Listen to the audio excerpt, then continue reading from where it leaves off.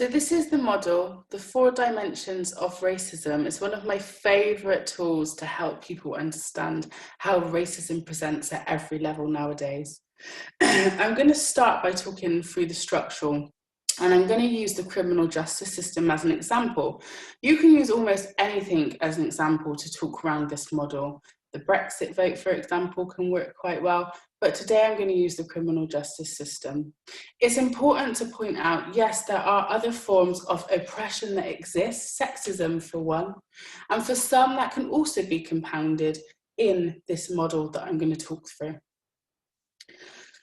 So racism in a structural level, this is multiple institutions that collectively work together upholding racist policies and practices.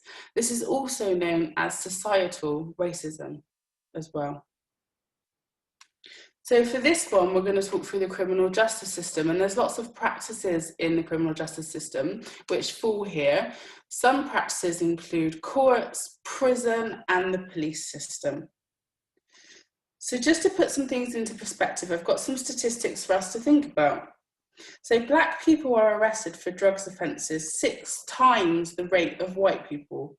They are then 4.5 times more likely to go to court for drug possession offences than white people, rather than the case being dropped, for example.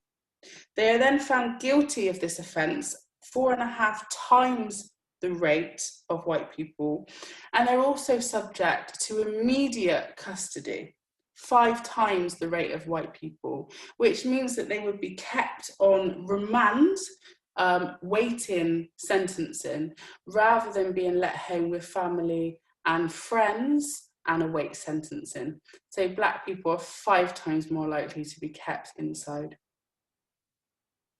on remand. Something else to consider is the police force that protect and serve us. In England and Wales, as of 2019, are predominantly made up 93% white individuals, which leaves 7% people of colour and Black people. Out of those 7%, only 4% hold a position higher than a senior officer. Just something to think about. And on the other side, in prisons, we also have an inmate population in England, 25% made up of Black people and people of colour. But yet, we're just 14% of the England and Wales population. That shows a clear overrepresentation. If we move across now to institutional, this is policies and practices that reinforce racist standards within workplaces and organisations. It almost creates the conditions for racial disparities and interpersonal racism to be justified. An example of this, using the police force as an example, the law of stop and search. Now, the law itself is not a racist law. However, the police, who I just mentioned, are 93% made up of white individuals, have the power to stop and search people. If, for 3 things, if they suspect that that person's carrying drugs, carrying a weapon, or carrying stolen goods. That power and that law can give way for people to use it and express their prejudice. So moving down to an interpersonal level, this is racist acts, microaggressions carried out from one person to another. This is behaviour between individuals that are racist or have racist content.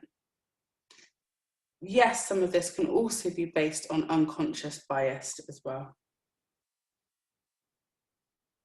On an institutional level, this might help us understand why police officers use force 4 times the rate with Black people than with white people. On an interpersonal level, somebody's decision-making process could be influenced by their belief system, by their prejudice, by their unconscious bias. So whether to escalate the situation, whether to let somebody off with a warning. My perception could be that somebody's not complying because they're asking me questions. Now, if we move over to an internalized level, this is the subtle and overt message that reinforces negative beliefs and self-hatred in individuals. Yes, it can be positive thoughts as well. This is in relation to their racialized identity and the racialized identity of others as well. For example, if you're a Black person and you're constantly seeing images in the media and in your environment of Black people, specifically Black men, being arrested, being portrayed as criminals, aggressive, thuggish, and dangerous, this can limit your ambition, a sense of what you can achieve in life. It can stop you trying to have positive life outcomes. It can manifest in low self-esteem, low self-confidence, and just not trying to have positive outcomes. This is an important model and probably one of the easiest for us to explore how racism presents at every level.